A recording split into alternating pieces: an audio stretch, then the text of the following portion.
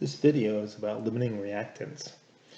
Now, a lot of times you're given a problem like this, where you have zinc being added to nitric acid and produces zinc nitrate and hydrogen gas, but you're given two reactants, two amounts to deal with. Like in this problem, you have 5 grams of zinc and 300 mils of a 0.280 molar HNO3 solution. Question is, how many liters of H2 gas will be produced at SCP? Well, in a problem like this where you're given two reactants, you have to decide which one's your limiting reactant. And this is how you do that. One of the best ways to do it is to figure out how much product you produce, because a limiting reactant limits the amount of product that's produced. In other words, the limiting reactant gives you the least amount of product. So let's go ahead and show that. So I'm going to have 5 grams of zinc. I'm going to change that to moles.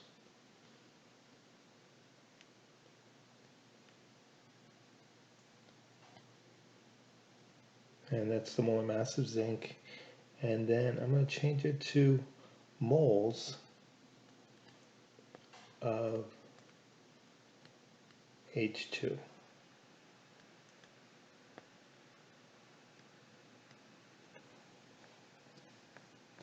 And that's going to give me an answer like this.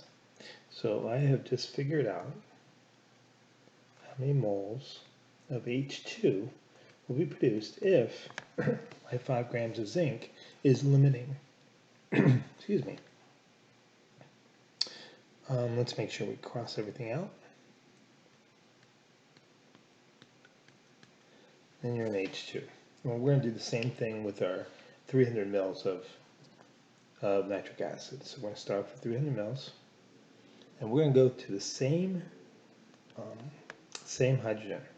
Because what we want to do is have an equal comparison, or a fair comparison, between amount of H2 produced by the zinc and the amount of H2 produced by the nitric acid. So in this case, what I'm going to do is I'm going to use the molarity, which it says is 0.280 moles. And instead of putting it over 1 liter, I'm going to say 1,000 mils. It's the same thing. It just makes it a little quicker to convert.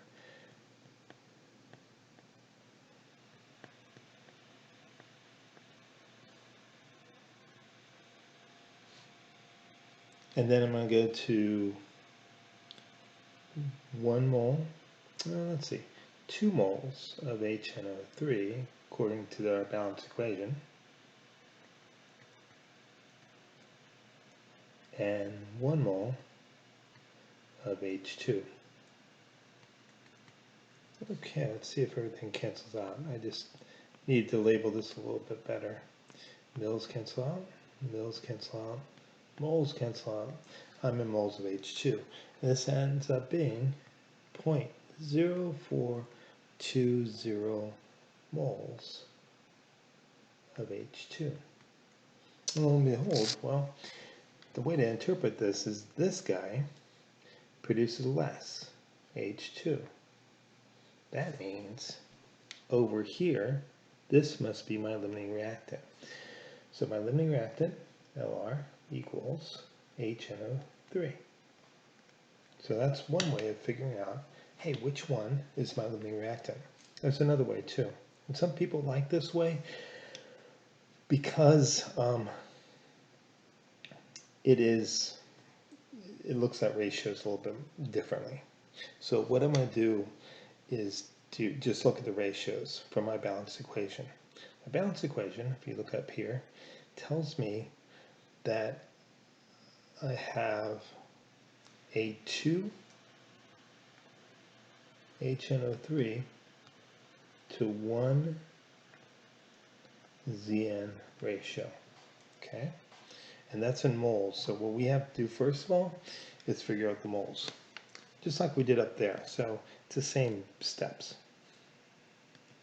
So what we'll do is say 500 or 5.00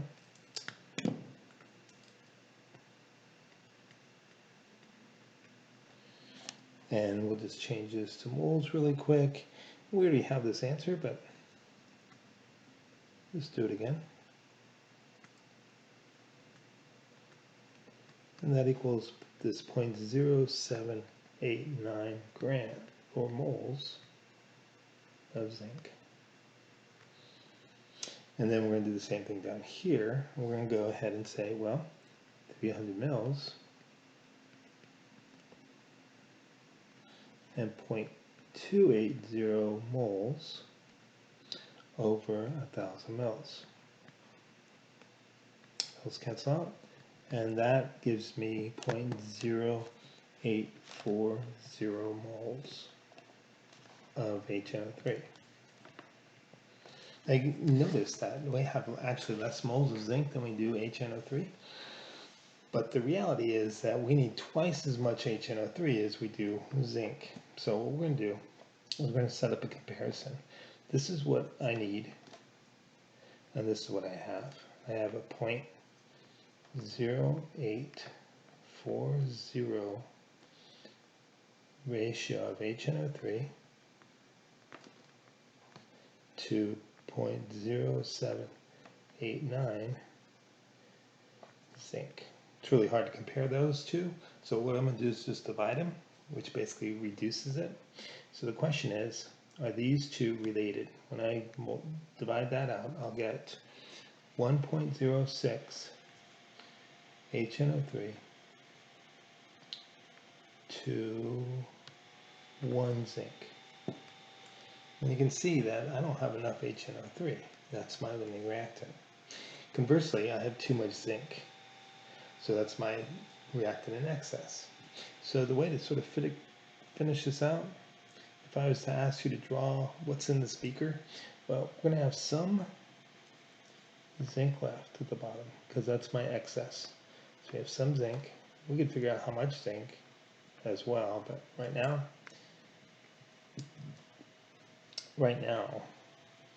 we just know we have too much zinc.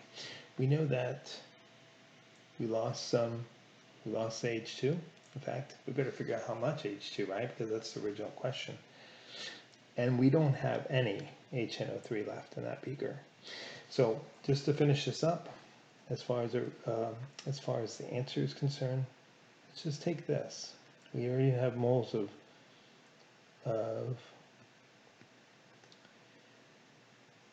H2. Let's just figure out real quick, because it's at STP, 1 mole of H2 at STP is 22.41 liters. That's going to give me 0.941 liters. So that's how much hydrogen gas I'll produce. And that just about does it.